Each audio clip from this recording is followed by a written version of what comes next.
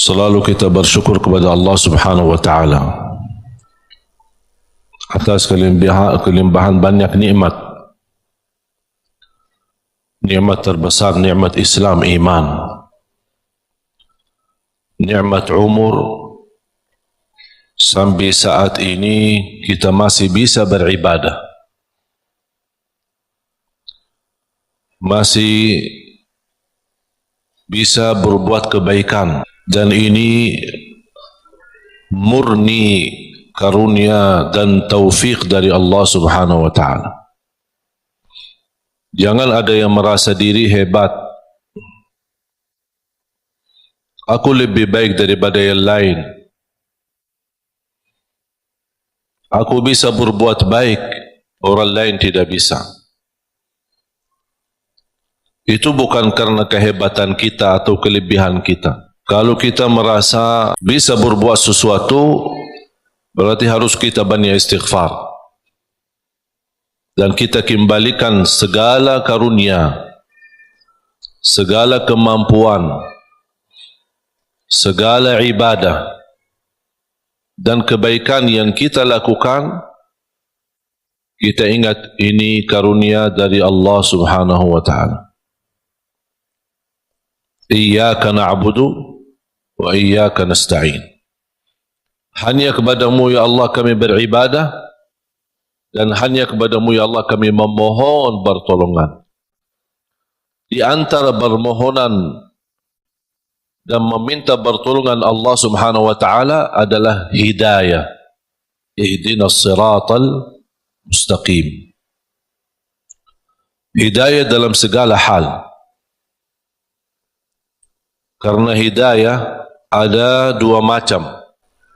Hidayah irsyad atau dalalah.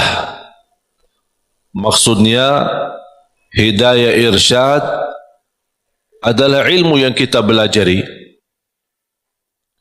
Kita hadir di majlis seperti ini ingin mendapatkan hidayah. Hidayah irsyad adalah hidayah petunjuk. Hidayah memberitahu, menambah ilmu. Karena tambah ilmu, kita tidak bisa mendapatkan hidayah dari Allah Subhanahu wa ta'ala. Semakin kita mengenal Allah lewat hidayah irsyad, semakin bertambah cinta kita kepada Allah Subhanahu wa ta'ala. Dan hidayah irsyad itu tugas para nabi. Dan sesudah para nabi dan rasul, tugas para ulama membagikan hidayah irsyad, menyampaikan, memberitahu mana yang baik buat umat, mana yang tidak baik. Itu hidayah pertama. Termasuk anda sekalian, Bapak Ibu, menghadiri majlis tempat belajar ilmu. Selepas majlis anda kembali, anda membawa hidayah irsyad. Bisa anda menyampaikan kepada keluarga yang tidak sempat hadir. Dan alhamdulillah, dengan teknologi sekarang kita bisa berdakwah. Tidak harus kita memiliki ilmu yang banyak untuk berdakwah. Satu kebaikan yang kita belajari, sampaikan kepada yang lain. Kalau kita belum sempurna menamalkannya, barangkali yang kita sudah sampaikan, orang lain bisa menamalkan lebih baik daripada diri kita, kita mendapatkan pahala yang sempurna. Oleh karena itu, buat apa kita berdakwah menyampaikan? Dan saya meyakinkan, ketika saya menyampaikan sesuatu, bukan karena saya lebih baik daripada Bapak Ibu, tapi saya berharap dari Allah, ya Allah apa yang saya sampaikan, barangkali ada di antara jamaah yang bisa mengambil dan menjadi lebih baik daripada saya. Itulah yang saya ingin mendapatkan pahalanya. Oleh karena itu ketika kita menyampaikan, jangan ada yang merasa diri, kok aku belum ustaz, aku belum berilmu, aku belum fantas, masih banyak kekurangan, dosa saya masih banyak. Ya semua kita berdosa. Siapa yang tidak berdosa? Coba sebutin manusia yang tidak berdosa. Hanya Nabi dan Rasul yang Allah selamatkan dan lindungi mereka. Selain itu semuanya berdosa. Sahabat Rasulullah SAW pernah berdosa dan semua ulama berdosa. Tidak ada yang maksum dan bersih dari dosa. Dosa besar, dosa kecil, tidak ada yang suci. Tapi karunia bagi ulama, aulia, salihin, ketika mereka berdosa, mereka sendiri tanpa ditegur, tanpa diingatkan, mereka sendiri sadar karena terisi hati mereka sifat malu sama Allah Subhanahu wa taala. Terlanjur jatuh dalam dosa, mereka segera bertaubat dan memohon ampun kepada Allah Subhanahu wa taala. Oleh karena itu, jangan kita melihat sifat kita yang menjadi hal menghalangi kita menyampaikan kebaikan. Kalau ada orang yang menolak kita, biarkan aja. Kita hanya sampaikan. Dan apa yang kita jalani lillahi ta'ala. Kalau memang lillahi ta'ala, jangan melihat nilai manusia. Ingat itu. Apapun yang anda lakukan lillahi ta'ala, jangan melihat apa kata manusia. Tolong hafal itu. Apapun amalan, ibadah, tahajud, hadir majlis ilmu, silatul rahim, apapun amalan kebaikan, kalau betul-betul lillahi ta'ala, jangan melihat atau mencari atau menunggu apa kata manusia. Karena manusia tidak semua bisa sama. Ada yang mengucapkan baik, ada yang mengucapkan, sombong itu orang. Dia merasa diri hebat. Macam-macam. Membuat tersinggung perasaan. Kemarin ada yang kirim Instagram, dia bertanya, kenapa saya setiap berbuat kebaikan dinilai sama orang lain buruk? Ini riya, ini apa. Saya bertanya, kamu kerjakan ini lillahi ta'ala bukan? Dia bilang, ya karena Allah. Ya udah, tidak usah lihat apa kata manusia. Biarkan saja. Kalau anda berduli apa kata manusia, berarti itu bukan lillahi ta'ala. Dan itu yang disebutkan kata ikhlas. Dan jangan harap manusia puas. Jangan harap manusia ridha. Kita berdakwah, tidak semua orang suka dengan dakwah kita. Ada yang suka, ada yang tidak suka. Apapun alasannya, biarpun tanpa alasan, dalam hati tidak suka. Masa saya mau maksa-maksa dia harus suka? Atau saya berdebat, kenapa kamu tidak suka dengan dakwah saya? Apapun alasannya, terserah. Itu pilihan dia. Kenapa aku yang pusing? Kalau dia milih suka atau tidak suka. Makanya yang kita harus menjadi target buat kita adalah semata-mata apa yang kita kerjakan lillahi ta'ala. Sungguh, kalau kita fokus seperti ini, insya-Allah tenang hati kita. Apa yang diucapkan oleh orang, kita tidak berdulikan. Mau dia tetangga, mau dia sahabat, mau dia kerabat, tidak usah diberdulikan. Bahkan apa yang diucapkan oleh manusia, apalagi yang membuat perasaan kita tersinggung, jadikan teguran buat kita. Barangkali saya belum sempurna, barangkali saya belum baik, barangkali ada yang kurang. Udah menjadi pelajaran buat kita. Saya punya doa, ya Allah, kalau perkataan dia benar terhadap saya, ampunilah saya. Kalau perkataan dia tidak benar, ampunilah dia. Sudah selesai. Karena orang yang mengucapkan sesuatu pasti salah satu, benar atau salah. Kalau ternyata yang dia ucapkan fitnah, hanya ingin menjatuhkan nama baik, hanya ingin merusak nama baik, hanya ingin membuat fitnah, berarti saya mohon Allah ampuni dia. Semoga dia diampuni Allah.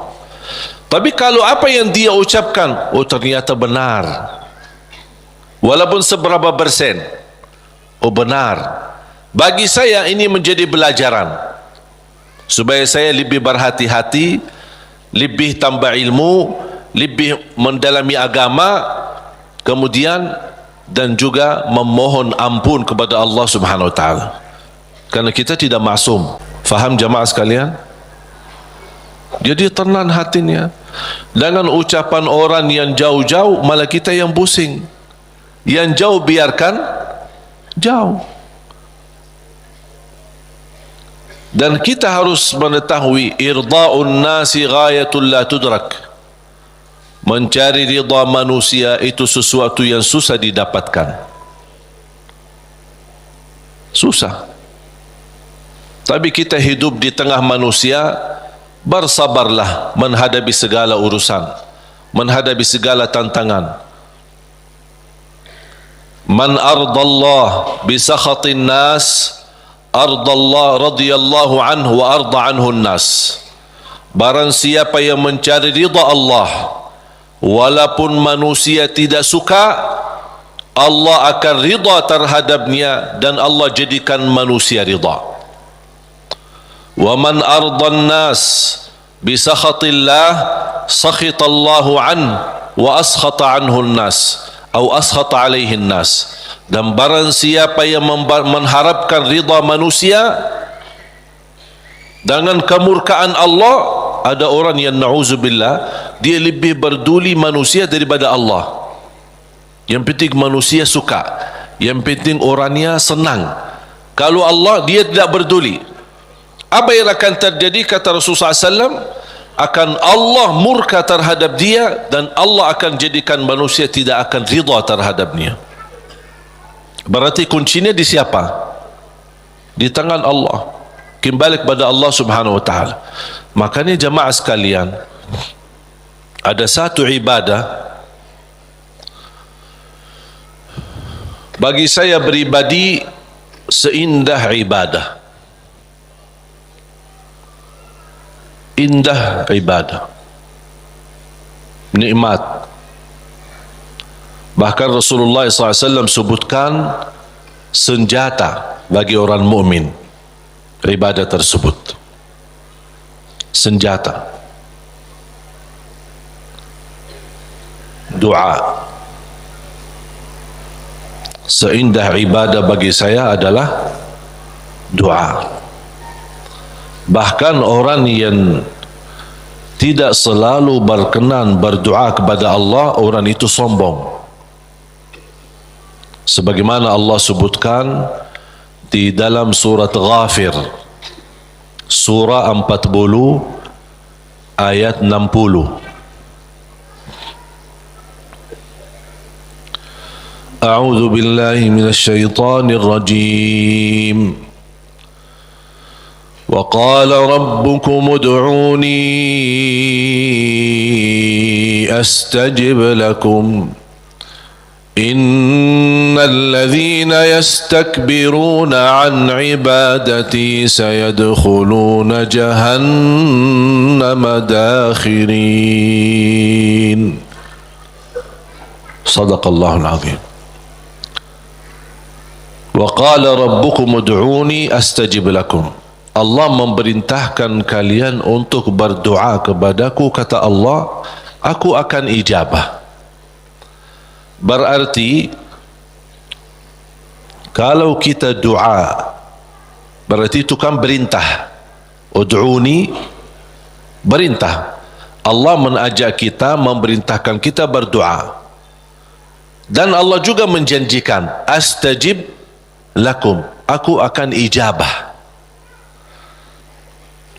Saya mengambil kesimpulan dari ayat ini, dan ada ayat yang lain. Saya suka berdoa seperti ini. Ya Allah, aku berdoa memohon kepadamu sesuai perintahmu. Sesuai perintahmu. Karena yang memerintahkan kita doa siapa? Allah. Ya Allah, aku berdoa memohon kepadamu atas perintahmu. Ya Allah, aku mohon diijabah sesuai janjianmu. Bisa enggak hafal doa ini? Nah, ini doa saya ini. Bisa? Itu kalau bahasa Arab namanya ta'wilul Quran. Namanya ta'wil Al-Quran. Mengambil ayat, memahami ayat tersebut dan bisa mengeluarkan doa dari makna daripada ayat itu. Allah memerintahkan kita berdoa dan Allah janji akan terima. Ya Allah, aku berdoa sesuai perintahmu. Karena Allah memerintahkan saya berdoa, aku berdoa. Tapi aku mohon diijabah sesuai janjianmu. Karena sungguh innallaha la yukhliful mi'ad. Allah tidak mengingkari janji. Sebenarnya mengucapkan doa atau melafazkan doa itu kembali kepada kemampuan kita masing-masing. Tidak harus sesuai kata yang saya sampaikan, tapi yang saya harap Bapak Ibu fahami apa yang saya makna, apa yang saya maksud dan ucapkan. Bisa Anda membuat ucapan sendiri yang bisa menjadi tanda hubungan Anda sama Allah Subhanahu wa taala. Karena doa adalah hubungan hamba sama Allah. Ada sekelompok orang datang kepada Rasul. Arabbuna qaribun fanunajih am ba'idun fanunadih. Mereka bertanya sama Rasulullah SAW, ya Rasulullah, apakah Allah dekat? Cukup kami bermunajat fanunajih, atau Allah jauh perlu munadat. Munajat, berdoa kepada Allah yang sangat dekat, makanya disebut kata munajat. Beda sama munadat, terakhir T, munadat. Munadat itu adalah panggilan bagi orang yang jauh. Misal kalau ada orang jauh, bilang apa? Fulan, saya di sini. Kan dia jauh, biar dia perhatikan kita. Itu kalau dalam bahasa Arab nada. Nada panggil orang yang jauh supaya dia bisa mendengar kita. Sahabat bertanya, Rasul, apakah Allah dekat? Cukup kami munajat atau Allah jauh perlu kami munadat? D dan terakhir T, munadat. Kata Allah Subhanahu wa taala kepada Nabi Muhammad, kalau ada yang bertanya apakah aku dekat, wa idza sa'alaka ibadi anni, atau jauh, jawablah fa inni qarib, aku sangat dekat. Fa inni qarib ujibu da'watad da'i idza da'an. Menijabah doa orang yang berdoa. Ini jaminan. Ujibu da'watad da'i idza da'an. Jadi jangan ada bahasa yang berkata doa aku tidak diijabah. Itu salah. Karena Allah berfirman, bahkan ada ikatan, yang berdoa kepada aku ijabah. Artinya apa? Yang tidak berdoa kepada aku, buat apa aku ijabah? Betul enggak? Berarti Allah sudah kaitkan yang berdoa di, yang tidak berdoa tinggal Anda milih. Tapi tidak boleh ada bahasa aku berdoa tapi kok kayaknya diijabah. Oh, berarti salah kita. Tidak sesuai kalamullah, tidak sesuai ayat Al-Quran, bahkan tidak sesuai janji Allah. sebagaimana kita baca tadi di surat Ghafir, surah 40 ayat 60. Jadi jamaah sekalian, ketika berdoa, yakini doa itu bukan terpilih untuk seorang tertentu. Boleh minta doa sama orang salih, guru kita, ulama, kiai, habaib, boleh. Ketika kita berkesempatan jumpa mereka, tolong doain, semoga lancar, boleh. Tapi kalau dah ketemu, dah mau berdoa, mau enggak? Ya harus mau. Masa tunggu-tunggu orang-orang yang salih datang baru kita minta? Atau kita capek cari ke sana kemari? Kalau kita kebetulan di tempat yang tidak ada orang salih, bagaimana? Masa tidak mau berdoa? Kalau tidak mau berdoa, itu justru tanda orang sombong. Berdoa dengan keyakinan Allah pasti ijabah. Jangan ada sedikit keraguan, apakah mau enggak Allah terima doa saya? Fantas enggak saya diterima doa? Perbuatan perilaku saya seperti ini. Jangankan doa kita, syaitan pernah berdoa, Allah ijabah doanya. Apalagi kita. Syaitan yang sudah namanya seburuk makhluk, yang sudah terancam di masuk neraka, yang sudah berupaya untuk mengajak manusia masuk neraka, pernah berdoa. Tahu enggak doanya apa? Ketika dia menolak perintah Allah bersujud kepada Nabi Adam, Allah usir dia dari rahmatnya, dan Allah subhanahu wa ta'ala ancam dia masuk neraka. Apa permintaannya? Dia minta satu, kalau memang seperti ini, ya Allah, mohon panjangkan umur saya sampai hari kiamat. Satu-satunya makhluk yang umurnya panjang sampai hari kiamat itu syaitan. Masih hidup. Sampai akan datang satu saat, itu menjadi salah satu ciri hari kiamat. Di akhir zaman, sudah di ujung dunia, Allah kirimkan sebuah angin. Setiap manusia beriman mencium angin itu, dihirup angin itu, akan langsung mati. Yang hanya tersisa di muka bumi yang tidak ada orang mengucapkan la ilaha illallah. Habis. Dan mereka sendiri yang nanti yang menjadi seburuk-buruk manusia di muka bumi, yang tidak ada sedikit pun beriman kepada Allah Subhanahu wa ta'ala. Dan mereka yang akan menghadapi proses kejadiannya hari kiamat, sampai mereka mati semua total, baru Allah Subhanahu wa ta'ala memerintahkan malaikat Israfil untuk meniup, dan kemudian keluar suara yang kencang, dan dihidupkan semua manusia kembali, yang baik, yang buruk, yang salih, yang talih, yang beriman, yang tidak beriman, semua akan dihidupkan kembali sama-sama. Jadi syaitan diijabah doanya. Kira-kira mana yang lebih fantas diijabah doa, syaitan atau kita?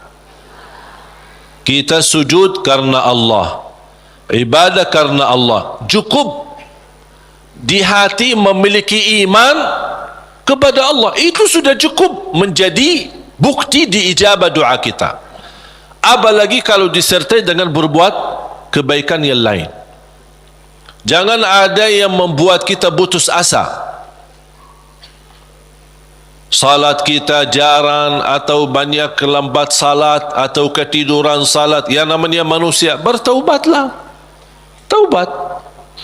Suka ketiduran salat subuh, insya-Allah ada satu saat taubat, insya-Allah bangun salat subuh. Jangan menjadikan dosa membuat kita putus asa dari segala hal. Semuanya berdosa, bahkan harus berdosa. Tidak ada manusia yang tidak berdosa.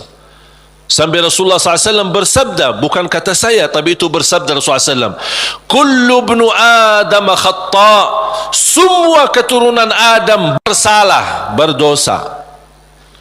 Wa khairul khatta'in at-tawwabun, tapi yang baik atau yang terbaik di antara yang bersalah, yang suka bertaubat.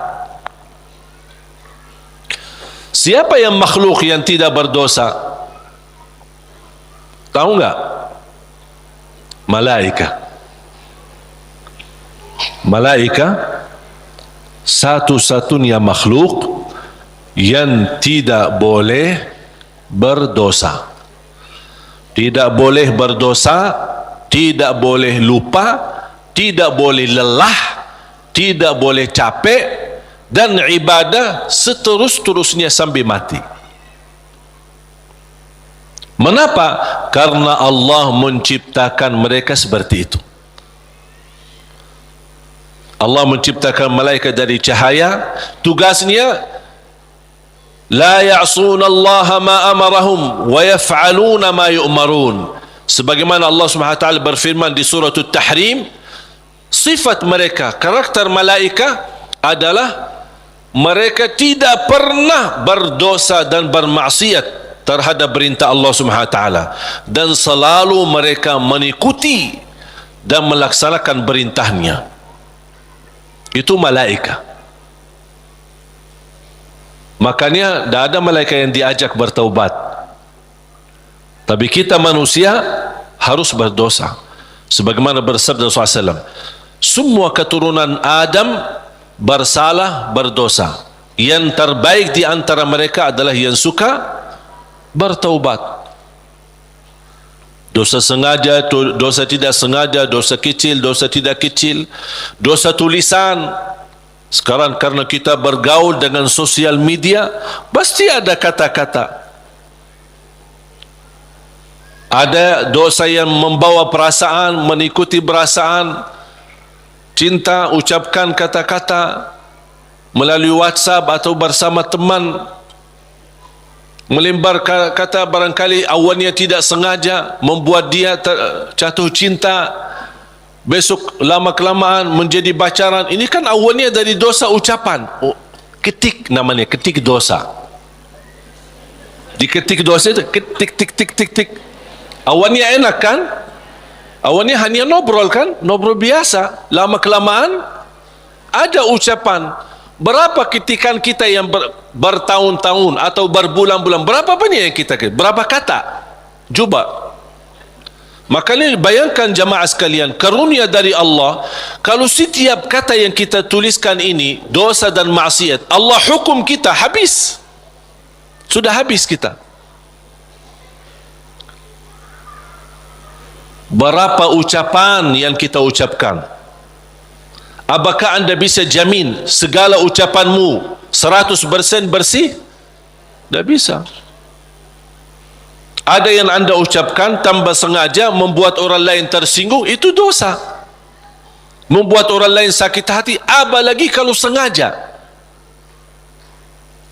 Makanya kenapa kita disuruh banyak istighfar? Karena dosa-dosa yang kita lakukan, tanpa kita sadari, mudah-mudahan diampuni Allah Subhanahu wa taala. Makanya salah satu karunia, kata Rasulullah SAW, wassalatu ila salat mukaffirat. Salat dengan salat selanjutnya di antaranya adalah terhapus dosa-dosanya. Dari hari Jumat ke Jumat berikutnya terhapus di antaranya dosa-dosa kita. Dari Ramadan sampai Ramadan yang akan datang terhapus dosa-dosanya di antaranya. Dan ini kan karunia dari Allah. Kalau bukan karunia ampunan dosa-dosa itu, antara salat, antara azan dan iqamah, antara Ramadan sama Ramadan, antara Jumat sama Jumat, aduh, dosa kita bakal banyak sekali. Makanya ada seorang curhat kepada Imam Al-Hasan Al-Basri rahimahullah, aku dulu suka tahajud, tiba-tiba malas tahajud. Apa jawab beliau? Terikat dirimu dengan dosa.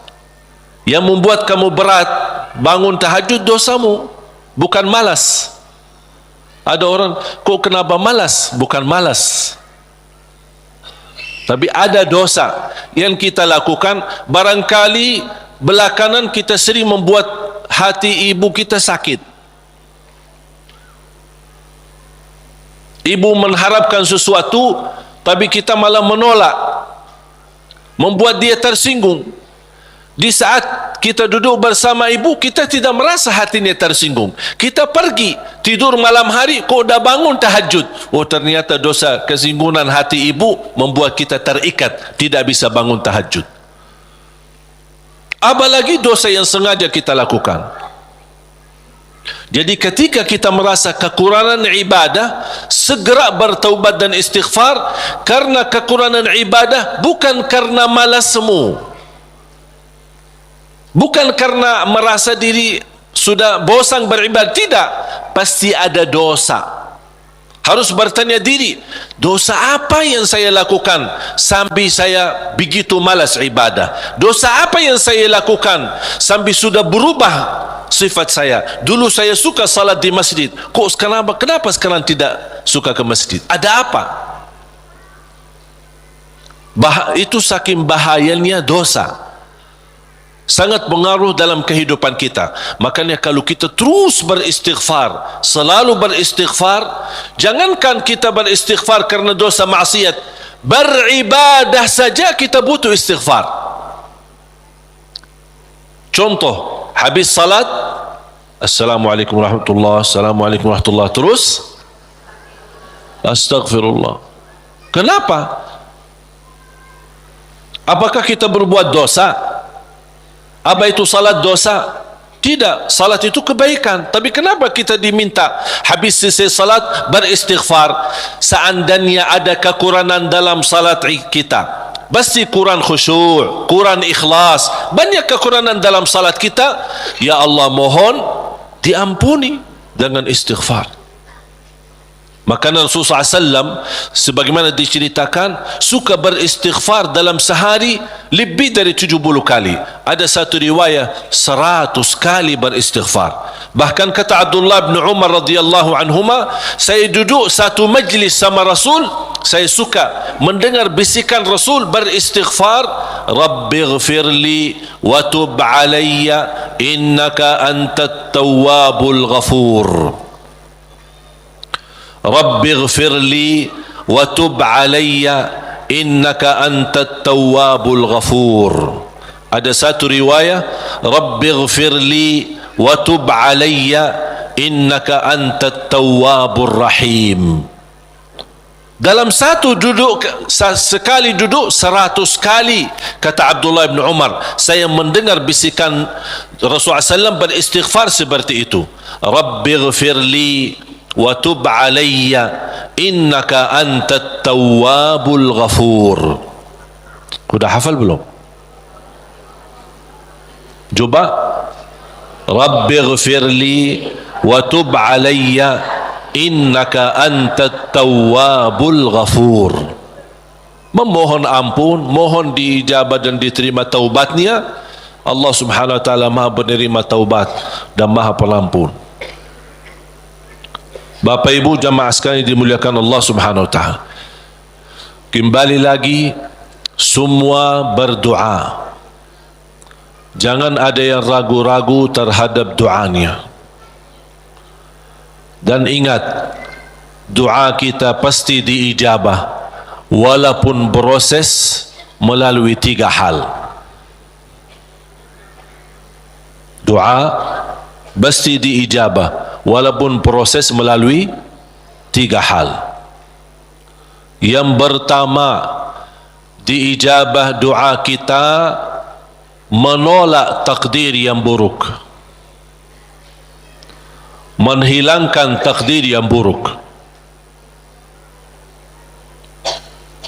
Contoh, kita memohon, ya Allah kasih aku jodoh, tapi jodohnya belum datang. Ternyata dalam takdir, karena kita sering berdoa meminta sesuatu, Allah sudah ijabah, tapi Allah memilih daripada memberi jodoh, ada yang lebih daripada itu apa? Ternyata ada takdir yang jauh lebih buruk daripada jodoh yang kita minta. Makanya Allah geserkan takdir buruk itu karena doa kita. Turunnya bala, turun bala dari langit. Bala turun dari langit. Doa naik dari bumi, dari kita. Pas di udara bertemu, bala sama doa berantem. Berkelahi antara doa sama bala. Yang kalah siapa? Bala, dan doa naik. Artinya bala tidak jadi turun. Itu saking kuatnya dan berkahnya doa kita.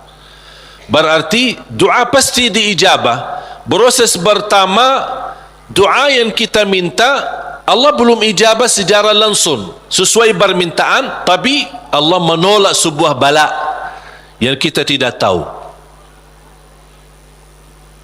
Misal, tertulis dalam takdir kita hari ini akan kena kecelakaan motor.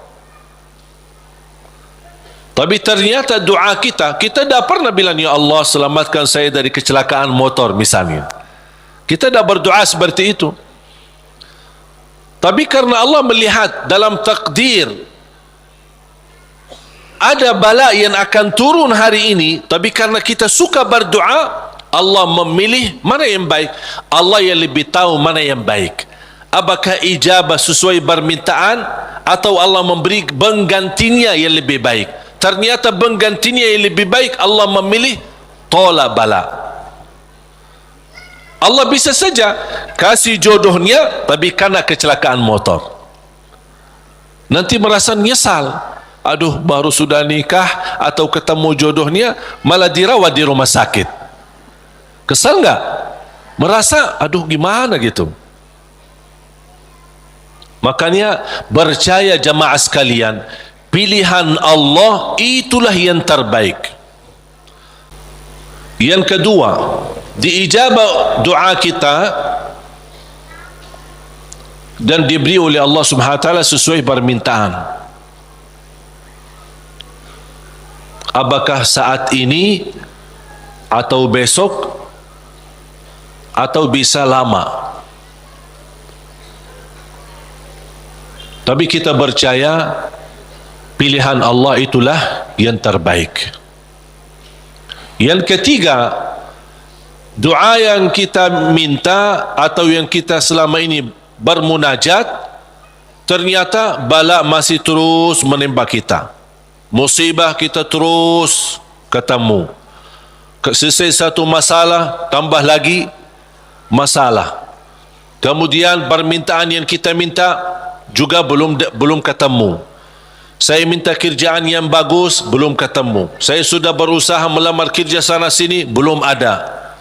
Terus mana doa aku selama ini, mana? Ternyata yang ketiga, jatuhnya yang di ketiga. Yang ketiga apa? Allah simpan doa kita buat di akhirat. Berarti tidak ada yang hilang di sisi Allah. Kalau tidak tertolak bala, tidak diijabah sesuai permintaan, berarti yakini disimpan di akhirat. Sahabat dan orang salih lebih suka doanya selama di dunia disimpan buat akhirat, karena di akhirat bakal lebih butuh bantuan dan pertolongan Allah dan berkat doa kita. Faham? Walaupun sifat manusia ingin melihat secara langsung, minta, ya Allah minta rumah, ada rumah, minta ini, ada ini. Mohon maaf Bapak Ibu, kalau Allah ijabah atau berikan sesuai permintaan kita, nanti kita berhenti berdoa. Apapun yang kita minta, ya Allah aku minta mobil, dapat mobil. Minta kerjaan, dapat kerjaan. Minta jodoh, dapat jodoh. Minta rumah, dapat rumah. Mau haji, dapat haji. Terus segala yang kita minta dapat. Habis. dah ada minta lagi, terus berdoa enggak? Dah ada berdoa. Tapi kalau Allah belum kasih, kita doa lagi enggak? Doa, minta lagi. Coba kata Umar bin Khattab, ketika anda berdoa jadi seperti anak kecil. Anak kecil kalau dia minta sama ibunya gimana? Nangis enggak? Berhenti nangis sebelum dikasih? Belum kan? Dia nangis sampai begitu dikasih gimana? Berhenti enggak nangisnya? Anda harus seperti itu. Doa nangis. Ya Allah belum kasih, aku nangis lagi loh. Belum dikasih, nangis lagi. Sampai Allah berkenan kasih. Dan ini sebenarnya bukan tujuannya Allah kasih atau tidak, tapi ingat, titisan air mata ini yang menangis karena Allah akan selamatkanmu dari siksa neraka Jahannam. Rasulullah SAW bersabda, وَعَيْنٌ بَكَتْ مِنْ خَشْيَةِ اللَّهِ حَرَّمَهَا اللَّهُ عَلَى النَّارِ لَا تَمَسَّهَا النَّارِ. Barang siapa yang menangis karena Allah, akan Allah haramkan jasadnya disuntuh oleh neraka Jahannam. Berarti kita tidak rugi, tidak ada rugi. Biarpun tidak diijabah, ternyata titisan air mata berharga, bisa menjaminkan kita selamat dari siksa neraka Jahannam. Mau apa lagi? Nangisnya berharga, doanya pasti diijabah, dan cukup dari doa kita sudah membuat ibadah atau membawa sebuah ibadah yang dicintai Allah, karena Allah suka bisikan hamba. Apalagi kalau lama tak berdoa, Allah merindukan suara doanya kita. Apalagi doa yang tulus dan ikhlas. Makanya kadang-kadang kalau kita tidak diberi doa atau tidak beri permintaan atau tidak beri permohonan kita, terus kita berdoa terus sampai diuji, sampai di macam-macam, sampai kita merasa sudah tertekan, tidak kuat. Kira-kira bisikan doa kita seperti apa nanti? Dalam keadaan doa, dalam keadaan susah atau senang? Menurut saya doa dalam keadaan susah jauh lebih murni daripada doa dalam keadaan senang.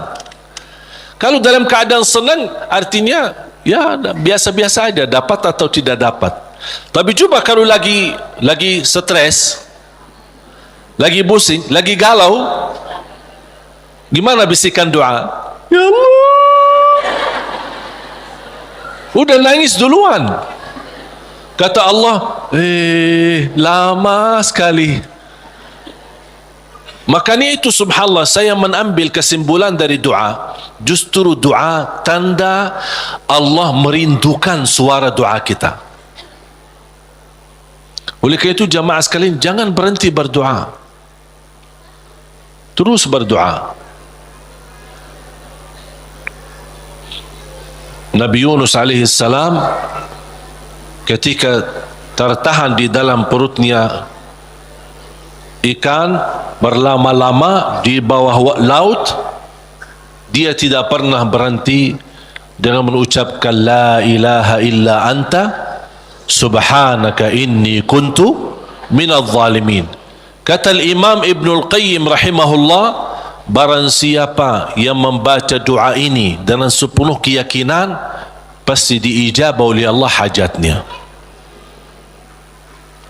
Karena Allah habis doa ini, apa kata Allah? Fastajabna lah, kami terima dan menijabah doanya.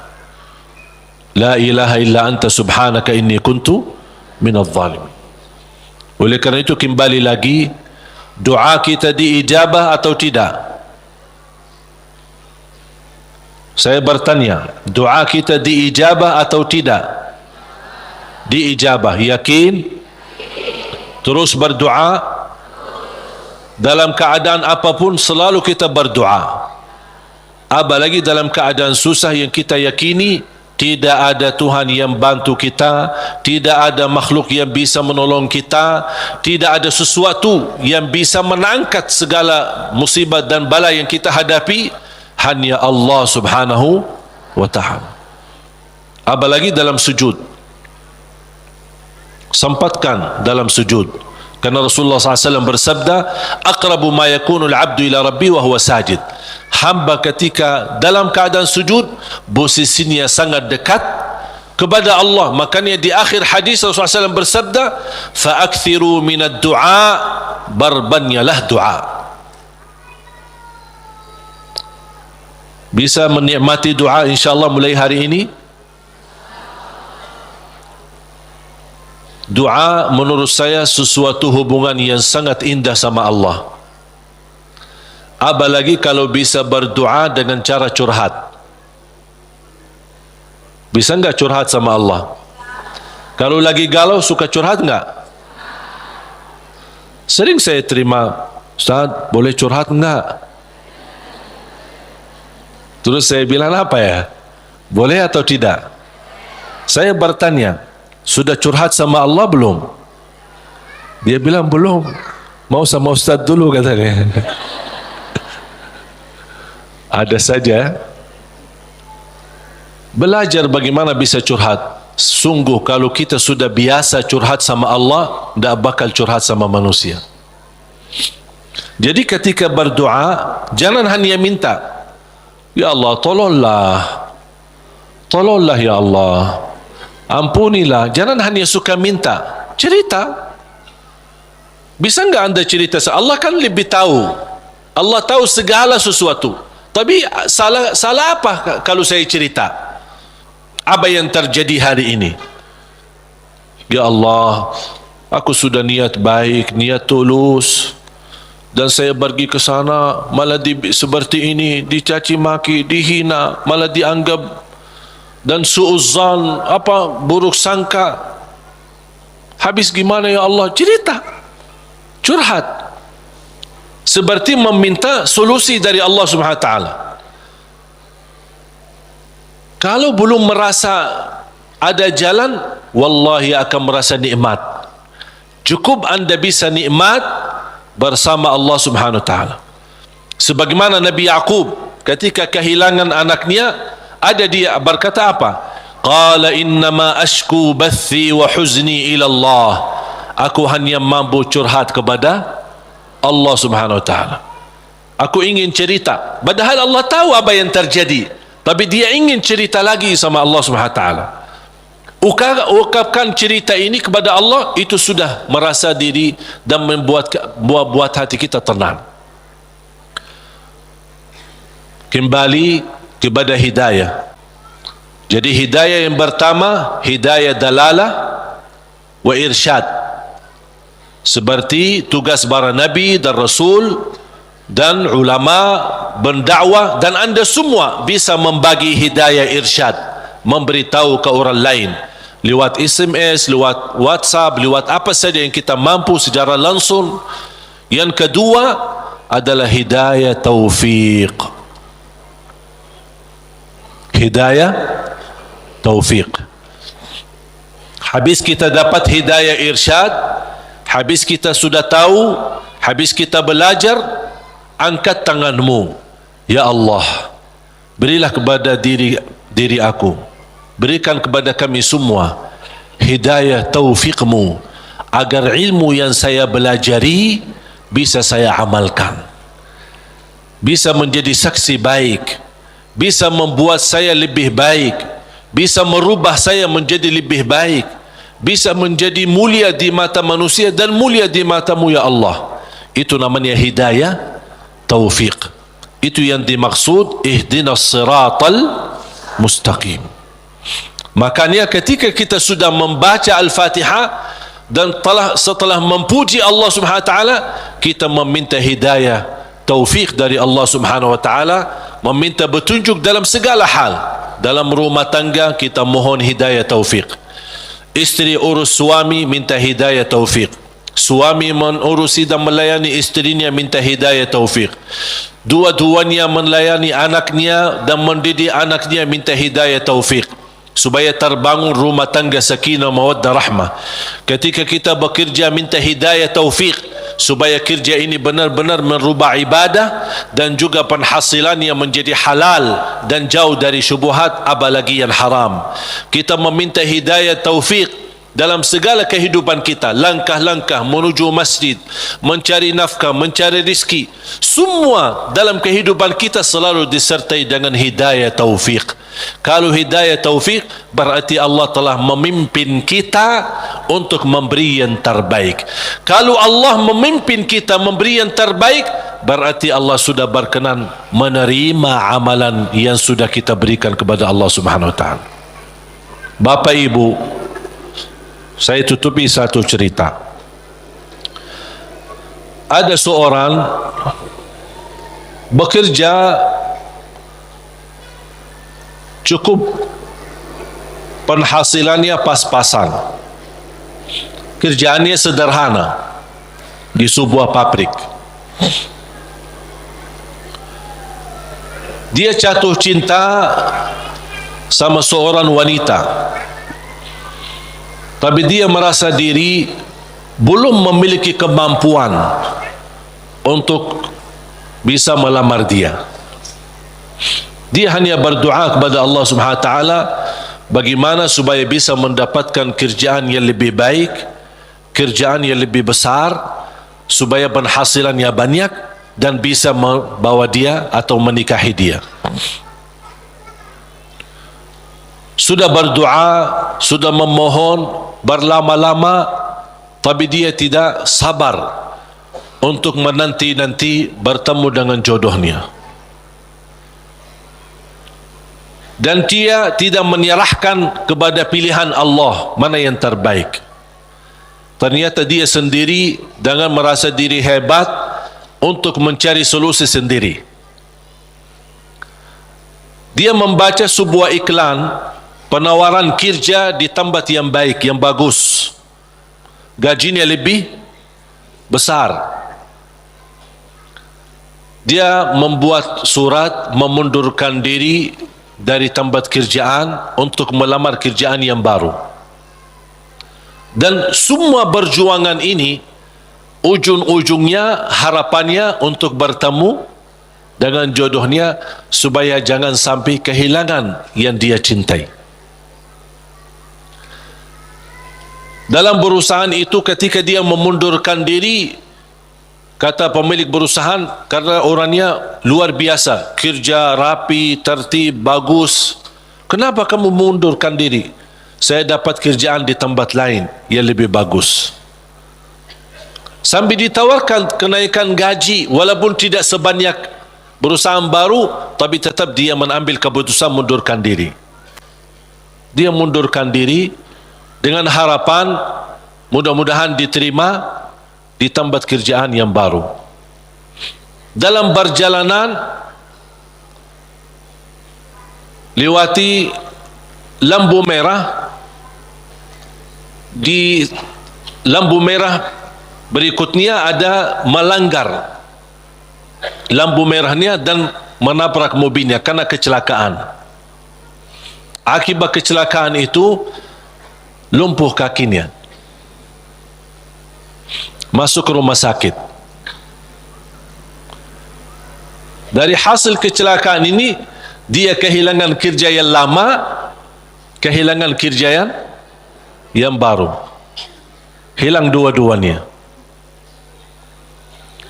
Berharap selama dia di rumah sakit, barangkali si perempuan yang selama ini dia cintai bisa datang.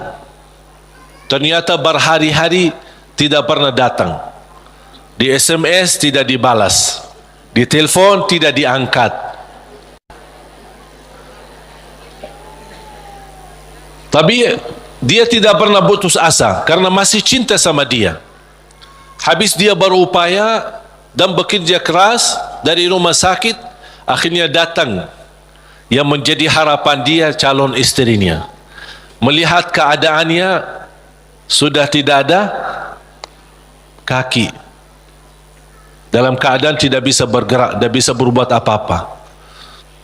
datang melihat keadaannya, si calon istrinya ikut sedih, tapi tidak berbanyak bicara.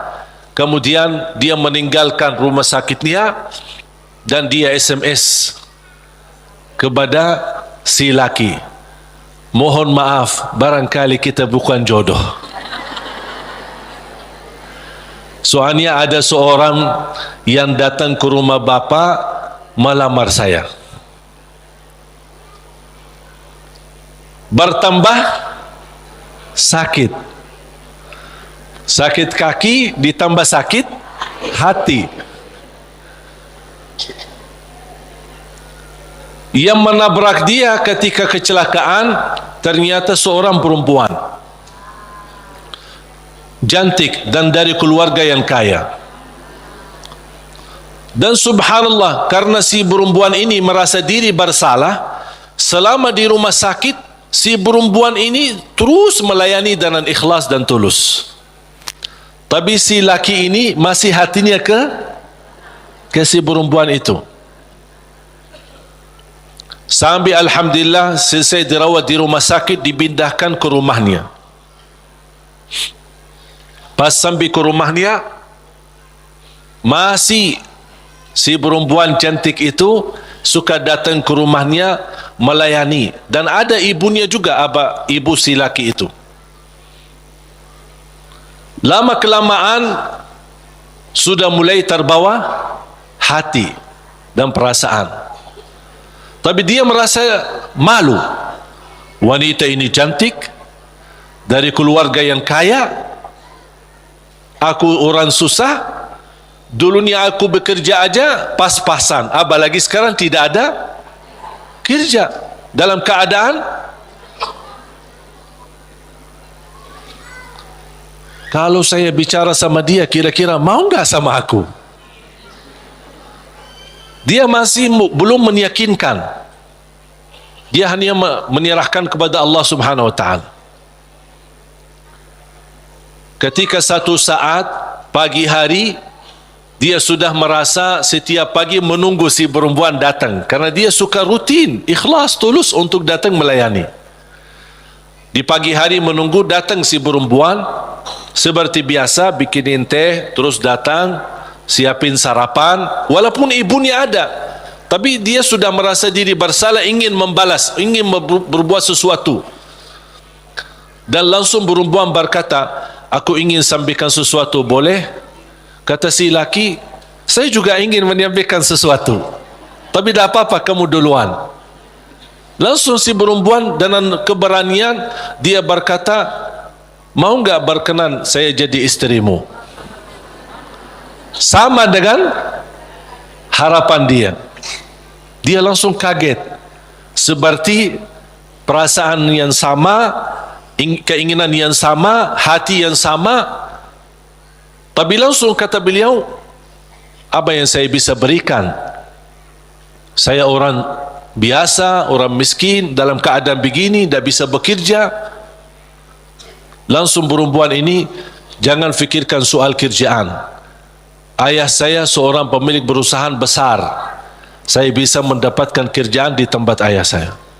Langsung kata dia, bagaimana aku bisa bekerja dalam keadaan begini? Kerjaan kamu mudah di kantor, tidak perlu di lapangan.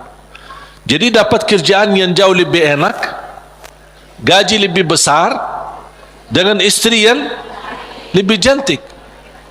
Gimana si wanita itu, si perempuan itu yang melamar dia sudah nikah, ternyata hasil nikahnya tidak bertahan lama, cerai. Kenapa cerai? Karena tidak bisa punya keturunan.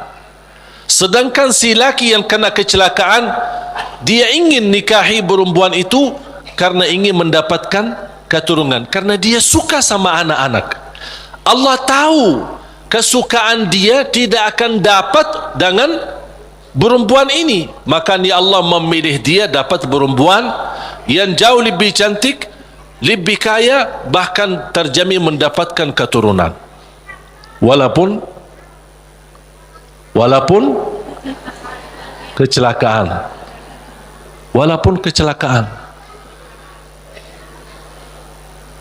Bisa enggak faham dari cerita ini? Pilihan Allah itulah yang terbaik. Walaupun karena kecelakaan. Artinya apa? Orang kecelakaan atau tidak kecelakaan, yakini pilihan Allah itulah yang terbaik. Makanya saya usulkan, kalau anda berdoa meminta sesuatu, disertai doamu dengan kata, ya Allah, kalau memang ini yang baik, mudahkan. Kalau ya Allah melihat ada yang lebih baik, berilah yang terbaik. Soal lamar kerja, soal jodoh, soal belajar, siswa di sini atau di luar negeri, dimanapun, apapun langkah yang anda ingin ambil keputusan, minta sama Allah, ya Allah, kalau memang keputusan saya ini itulah yang terbaik, mudahkan. Kalau tidak baik, ya Allah, pilihlah yang, tunjukkanlah kepada saya yang lebih baik. Percaya, Allah tidak ingin membuat kita susah, makanya jangan kita membuat diri susah. Allah akan memberi yang terbaik walaupun prosesnya lewat ujian, walaupun prosesnya melalui ujian. Karena bisa jadi melalui ujian anda bisa menjadi jauh lebih mulia dan jauh lebih terkabul hajat sesuai pilihan Allah Subhanahu wa taala. Saya tidak milih datang ke Indonesia, bahkan tidak pernah berdoa, ya Allah bawa saya ke Indonesia, dan tidak pernah menjadi cita-cita saya untuk ke Indonesia. Tapi saya yakini apa yang Allah pilihkan buat saya nikmati, saya juga memberi yang terbaik karena Allah Subhanahu wa taala. Makanya di mana Allah tempatkanmu, di mana Allah posisikanmu, berilah yang terbaik lillahi ta'ala, menjadi pertama tanda syukur kita atas posisi kita, dan mudah-mudahan itulah yang menjadi pilihan Allah. Kalau itu yang menjadi pilihan Allah, berarti percayalah itulah yang terbaik. Faham? Makanya subhanallah jemaah sekalian, wallahi percayalah sama Allah, percayalah sama Allah. Termasuk apa yang terjadi di Palestina, percayalah sama Allah. Allah tidak suka umat Islam ditindas. Allah tidak suka umat Islam dalam keadaan dihina, diusir, dibunuh. Kezaliman yang terjadi di Rohingya, di Palestina dan di mana-mana terhadap umat Islam, Allah tidak suka itu. Cuman pasti ada sesuatu yang Allah ingin tunjukkan, yang menjadi pilihan. Barangkali melalui ujian ini Allah ingin mewujudkan manusia yang kuat menghadapi segala tantangan. Dan juga salah satu hikmah, Allah ingin menunjukkan kepada dunia bagaimana kekuatan kebersamaan umat Islam.